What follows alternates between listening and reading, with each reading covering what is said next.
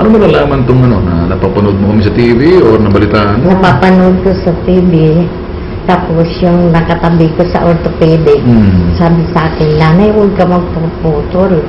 Dahil galing na kami doon, isa pa yung Duran, dito rin ang galing. So, kaya ibig sabihin, nagpapatunay siya. ibig sabihin may mga nanggaling galing na rin sa trial. Opo.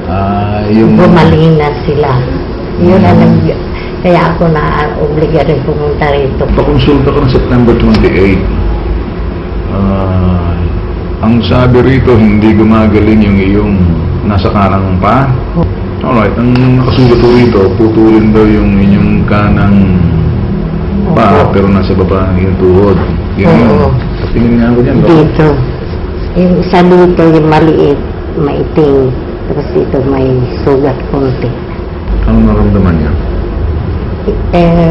Masakit, tapos minsan namamanhid. Ganon.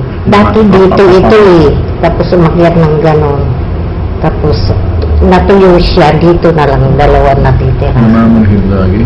Opo. Isang doktor lang bang tumingin sa'yo? Dalawa, isang espesyalista. Tsaka si Dr. Reyes. Dito sa orthopedic. Sabi niya eh, parang i-clearance ako na putulin. Sabi ko, huwag naman doktor, kung maaari, kung matutuyo naman, gusto ko matuyo na lang, huwag na lang putulin.